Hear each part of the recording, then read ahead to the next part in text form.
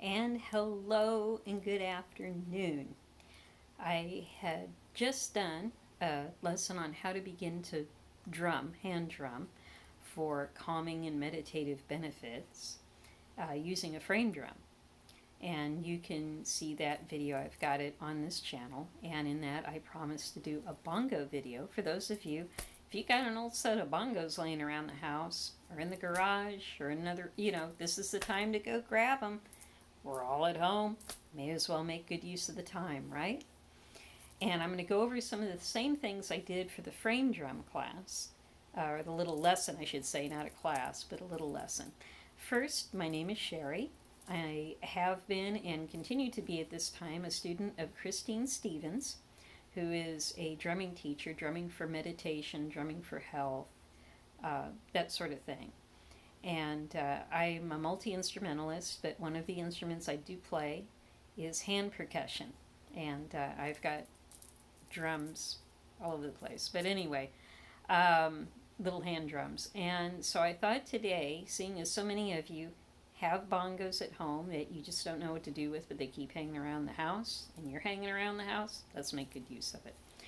Hand drumming has been medically proven to reduce stress. Hand drumming has been medically proven to reduce high blood pressure. And hand drumming has been proven to boost the immune system.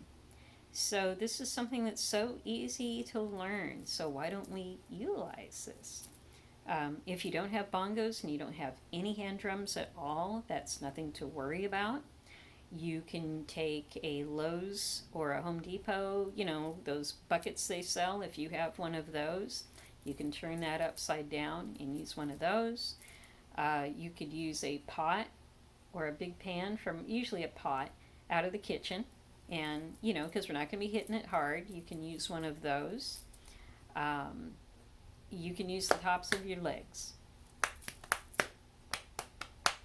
like that. Just something that you can get into, use to hit like a drum for the rhythm. You could even use the tabletop. But anyway, that being said, and I don't want to talk forever because I got a moon in Gemini. I'm good at that. That set of bongos I mentioned, for now, however they're tuned, I'll have to do a lesson on how to tune bongos. But for now, you're just gonna take your bongos as they are, providing that the heads aren't broken or split or anything, and that they still give a tone. And what I'm gonna try and do, I've never done this before. If you get motion sick easy, I want you to close your eyes right now, because I'm going to move the camera to where you can see what I'm doing, and I will tell you when to open your eyes. So hang on.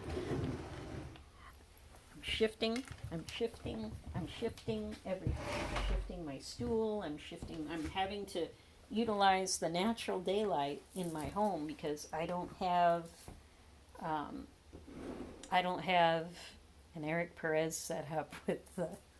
He's a great hand drum teacher, but I don't have his pro setup of lighting and all that. So, okay. Let me see. I'm going to alter again. Hopefully, if you haven't closed your eyes, you may want to do so now, because I'm going to shift this to where it's off me. And boy, it's going to be like a little buddy here. Okay. All right. I'm using a stool and and my little device that holds my cell phone, because I'm using my cell phone to do this. Okay, now I use my bongos on a stand because I've had knee operations and it's just too uncomfortable for me, plus I'm petite. It's too uncomfortable for me to do the traditional holding the bongos with your legs bit. Plus, having it on a stand gives it a lot better volume. But anyway, if you can, there's other YouTube videos online that shows you. Eric Perez has a great one. He has a series called the Percussion Life.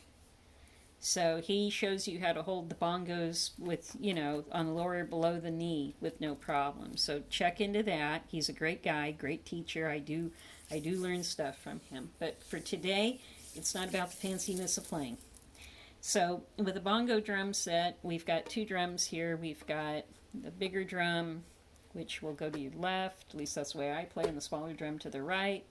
Bigger drum is the hembra, or the female, and the smaller drum is the macho, or the male, just so you know. Now, in drumming for meditating and to calm ourselves, what we're going to do is first we set the intention. Christine Stevens taught us this in class. We set the intention, and today we're going to set the intention on being calm and meditating. So what you're going to do is you're going to take your right hand initially, and you're going to put it over your heart, and you're going to take a deep breath, and we're going to set that intention in our heart that we're going to get into a nice calm space.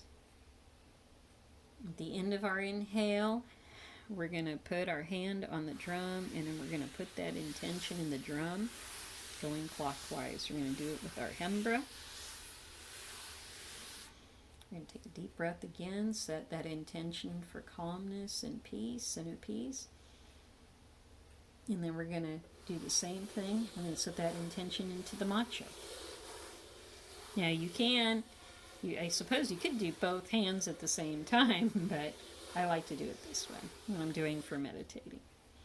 Okay, so what else we're going to do is you're going to be using this part of your hand here, and right above the palm, and we'll get into the fingertips. But for today, we're just going to worry about that on both hands, just the upper part. We're going to be relaxed. We're not hitting hard.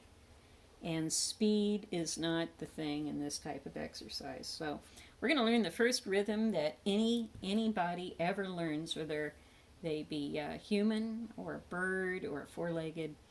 And the first rhythm any living being learns, or most living beings learn, is their mother's heartbeat. That's the first thing we've ever hear as far as a rhythm. So either drum. If you're right-handed, you can start with the macho. And what we're going to do is we're just going to do a slow heartbeat.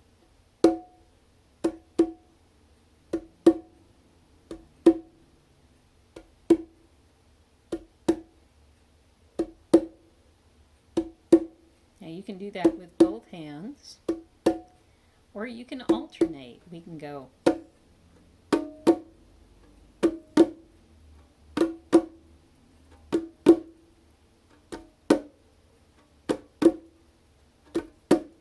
go.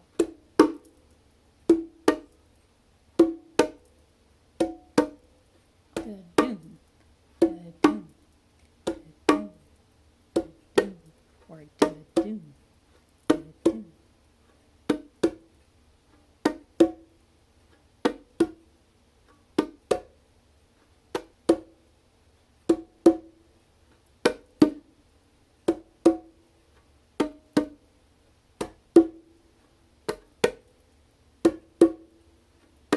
See, there's a lot of variation there. Now, this is a condensed lesson, so it's not like I'm not going to lead you guys through a whole guided meditation thing. Now, for this to have a meditative effect, it's also been medically proven that you need to do this steady, uninterrupted meditative beat for about 5 to 6 minutes for entrainment to occur. And entrainment is what changes our brainwave into more of that meditative, contemplative state of mind. So once you reach that, and you stay there for as long as you like, just drumming away, now eventually you're going to get where you're like, I think I've had enough drumming for now. I feel like I'm ready to reemerge. So we got to end it somehow. We don't want to just stop and walk away from the drum. So what you're going to do is we're going to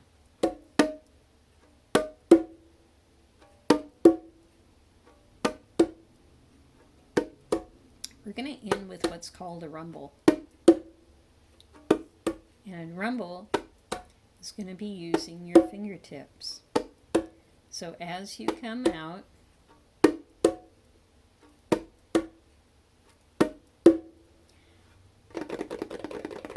we do this. We just wrap, just like, you do on tabletops if you're impatient, but we're not being impatient here. We're just doing this. And I always follow that up with like that's my signal that we're done. So when I'm on a bongo set or a djembe or a darbuka. So we do that so that we're done. If there's another way of meditating, which I didn't with drumming, that while Christine Stevens didn't teach it, if you kind of have a sense of rhythm and you have favorite music to listen to, and for the sake of this time, I would say if there's any really dramatic or depressing or sad, down and out songs with lyrics that you normally like to listen to, I would really advise staying away from those from the next couple of weeks and just play instrumental, like groove music that really inspires you. You can also drum to that, and that will also get you into entrainment. That will take you into entrainment.